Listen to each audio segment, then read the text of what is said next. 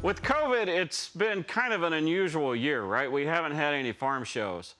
But this past February, Emily and I had a very unique experience. For the first time ever, we went to a farm show on ice. Yes, this is it, Agronomy on Ice. All right, Randy, first of all, where are we at? Devil's Lake, North Dakota, right out in front of Woodland Resort. Okay, and where do you live from here? About 2 hours south and east. Okay, is that where you're from originally? No, actually I grew up just about straight south of here, about an hour and a half. Gotcha. So what do you do for a living? I sell seed for Dairyland. Okay, you like that? Yeah, having a good time. Yeah, great company. We all have good days and bad days, right? Absolutely. So what are we standing in right now? This is an ice castle fish house. Manufactured fish house that I had bought through a dealer in Alexandria, Minnesota. Gotcha. I don't see many of these here where I'm from in Illinois, but this is kind of the culture up here, isn't it? Well, North Dakota winters are long and cold, and if you want to go do something and get on the ice, and you want to do it comfortably, this is what you do. All right. So what's that there? Well, when you dig a post hole, you get all the dirt that comes out of the post hole. And when you're digging a post hole, you don't care. But when you're doing it in an ice house, you want to catch all the ice shavings. For your drinks. Oh, we've done that before, but it'll keep the floor wet if you don't get it all cleaned up. So just a handy little bucket to catch the shavings as they come off the auger. Well, are you actually going to catch a fish that big that you needed the 10-inch instead of the 8? Or is it just you feel better that way? It does make it easier. It's not impossible to catch a fish out of an 8 or 6 or even a 4, but if the fish gets a little sideways and you yank on them a little too hard, it just gives you a better opportunity. Girth is good. Girth is good. Girth is good. All right. All right, you ready? I am. So, safety trigger. Okay. Here's the start right here.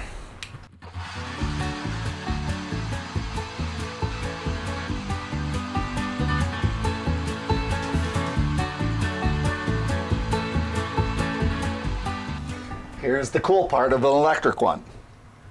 Reverse. Ah.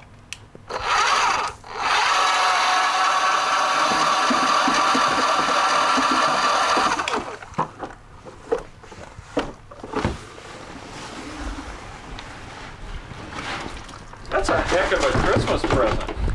Yeah.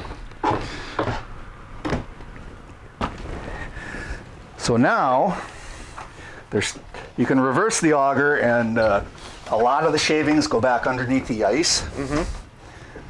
But you still probably got quite a few you need to get out of the hole. I highly recommend something like this. This is actually a 10-inch. Okay. And that's called a what? Ice scooper. Ice scooper. I love your technical terms. Oh, well.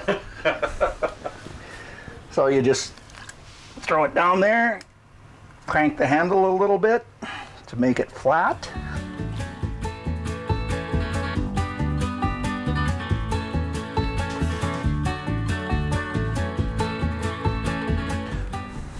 It's a fine hole. You don't want a crooked hole. No, it's like building fence. You want a crooked hole. You want your fence posts level, plumb, and true. Well, what if I catch a fish over there? I kind of want them to slide up. It don't work that way. It doesn't. Okay. All right. Okay, so safety over here. Yeah. You got to squeeze that, and then the go trigger is right under you there. Okay. How do I know I'm straight? Just eyeballing it? Well, you built fence. No, I have that hired done. Oh. Well, we should have brought that guy.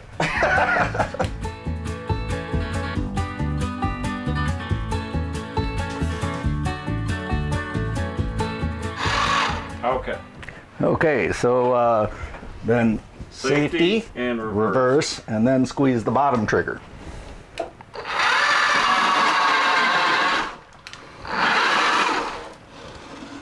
Okay, is that right? Yep. Then pull it out. Go ahead and then Hit just... it. That's okay, just hit the trigger a little. Okay. It'll spin off. I probably want to reverse it though, don't Yep, I? go ahead and reverse and go down the hole again. That looks good. just pull her out while she's running. Yeah, that's my problem. That's okay. You're doing right. Okay, there, clean auger, just a little bit of water on it.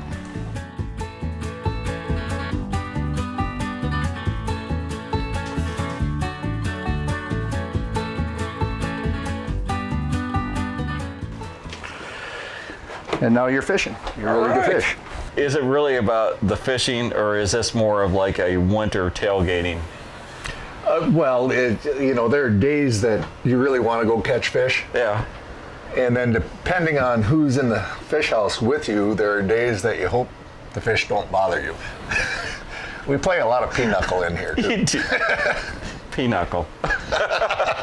So this agronomy on ice thing, though, I mean, this is kind of an odd deal. I've never heard of like a farm show or an agronomy show being out on ice in the middle of winter like this.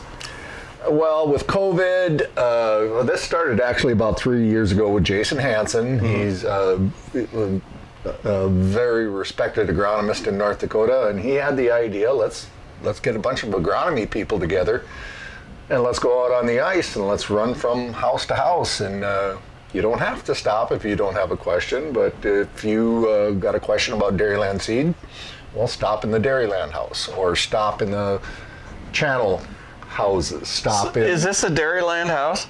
It is now. Well, you got to find that Golden Harvest house because they're a sponsor, yo. Is there one out here?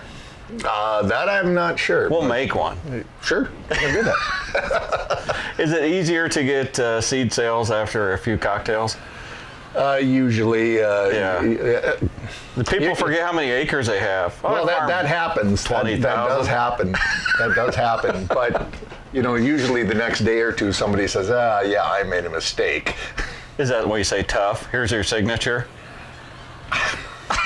I would like to, but then that means I kick out like Golden Harvest and DeKalb. Oh, we don't want to do that. No.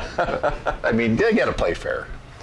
So what is the feeling up here from the farmers that come up here? Are they just looking to have a good time, or is there kind of a mutual respect between the farmers and the companies that are both pitching in to make this event happen? No, I think there is. Is it super serious? I don't think so. Is it an avenue to maybe get that one question that's in the back of your mind on that variety or that chemical or that fungicide? It's not serious. It's not really structured. And people tend to talk a little bit more openly. Yeah. When you're not in a building in a booth, and a lot of the guys I know, my wife knows a lot of guys. Jason Hansen knows everybody. And with that setup, I do believe there's a good exchange of information then. Yeah. Your wife's been on the TV show before. Yeah. Is that sympathy? My sympathies. Yeah. You know what would really set it off, though? I mean, to make it a true farm show, you got to have, like, John Deere out here. You got to be setting that X9 combine right out here on that ice. It's only 19 inches, Rob. I think that X9 weighs about 65,000 curb weight. It's got those floater tires or tracks. It'll probably be fine. Thanks for spending some time with us here on SharkFarmer TV. For more stories about people in agriculture, catch my shows on Rural Radio Channel 147 Sirius XM. There's more in-depth discussions on my podcast, and of course, you can check out previous episodes of this show on my YouTube channel. Find out more at sharkfarmer.com.